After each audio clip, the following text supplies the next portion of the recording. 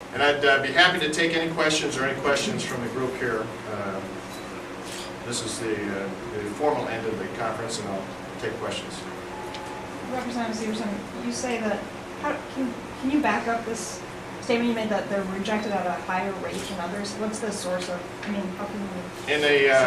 In an article put out by Dr. Ken Kaiser, The American Experiment, 15 Ways of Improving the Vote in Minnesota, his statistics came out that they were 16 times more likely to be disenfranchised. That's significant. Some of the numbers vary between different reports. There was another report that was put out by Common Cause, which is a different organization, and they as well said that they were rejected at a much higher rate.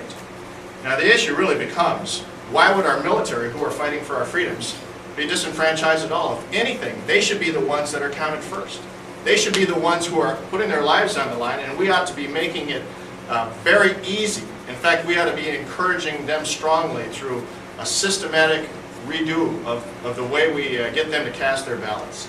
And so, rather than do that, this Secretary of State put out a memo on December 7th that basically said, if there's a technicality breach here, in other words, they didn't submit a federal registration card with the write-in ballot, and all of the information on the registration card is included on the ballot itself.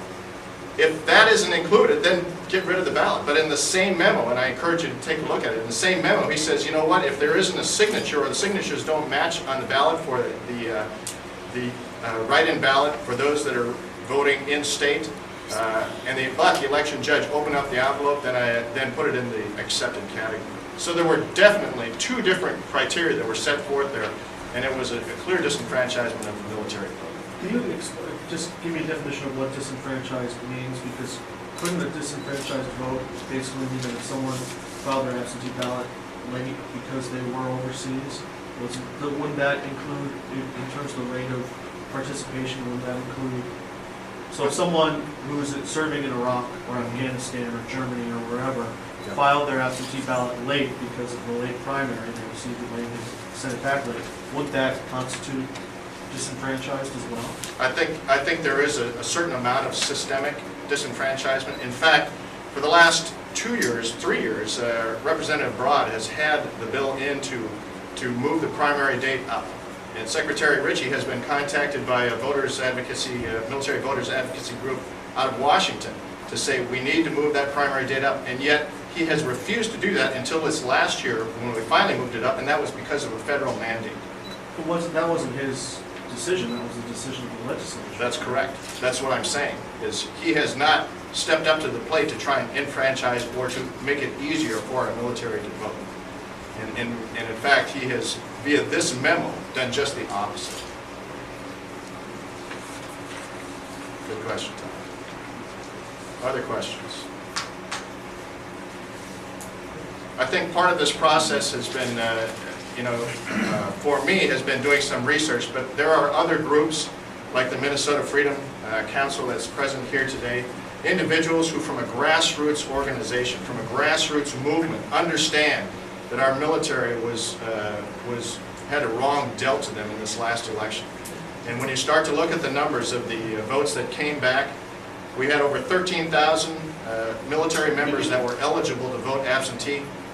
And of those 13,000, we had about 5,700 that were actually able to request a ballot, absentee ballot. And of those 5,700, we had about 3,400 that actually counted. And so we had a huge, when you start talking in terms of percentages, we had about less than 25% of our military actually had the opportunity to cast a vote that counted. And when you start to look at a system like that, you have to say, if we had a 78% turnout at the polls, individuals wanting to cast a vote, and then you put that in comparison to the less than 25% that were able to cast a vote that counted, there's a huge disparity there. And that disparity really goes to the issue of how do we make it easier for our military who are overseas in dire straits. Many times they're out they're off the base, or they're out on the wire. They don't have time to request an absentee ballot. And we had a chaplain who was over there, who was the voting officer at the time, who waited until the last minute to try and get the absentee ballots. They couldn't get them from Minnesota. He finally did exactly what this paper is talking about, requested the federal write-in absentee ballot, filled those out, and when he found out that some of those were rejected, he was irate. And justifiably so, because he had worked hard to try and get his guys to vote, and yet when this process came through, this memo, this December 7th memo, really puts out a criteria that says, you know what, if they didn't meet the exact letter of the law, then reject the ballot. But in the next 2 paragraphs down, he goes on to say, but if there are individuals who didn't have a signature in the write-in ballot, which is a requirement by statute, then but the voting officer or the election judge opened the ballot, then accept the ballot. So there were 2 separate criteria that were set forth in this memo, and that's what we're really about, is bringing this to the light and saying, you know what, we can do it better. We can definitely work in favor of our military to try and make sure that their vote counts. And not just 50%, not just 60 or 70%. We're shooting for 100% of our military able to cast a vote. And that's going to be a challenge. But you know what? Those are the ones fighting our freedoms, fighting for our freedoms, putting their lives on the line because they believe in this country. They ought to be the first ones to be able to cast a vote. Other questions? Okay. Thank you so much for coming.